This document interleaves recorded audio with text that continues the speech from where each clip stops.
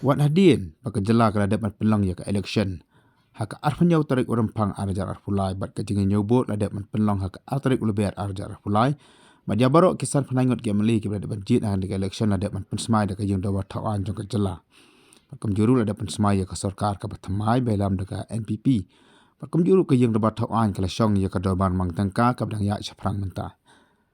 Handai ka notification ni ka jing penmanana ni ka hukum jong chief election officer jong ka jela Meghalaya ka bala pha cha baro ke district election officer kabla batha man tokit ya ki presiding officer halor ka jing bam delete ani ka jing bam perkhoi ke jong ki ya ka mokpol ni ya kata ka jing nyo ban persang haswa ban senang ka jing thak buat pat ba kat kum ka ni ka jing penwi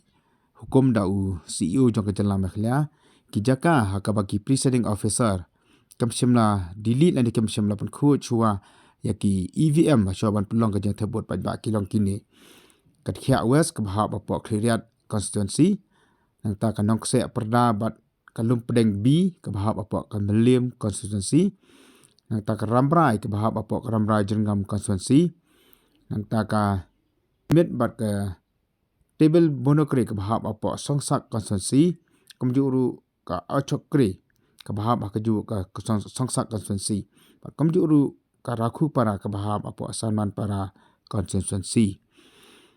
kan ni ka jing penmi hukum jong u chief electoral officer jong ka jela Meghalaya kawan ra ya ka ka ba penengo ki pat ba ha ka beri ba ka jing thabot ka bladap banlong ka bala de kreu sini chkhman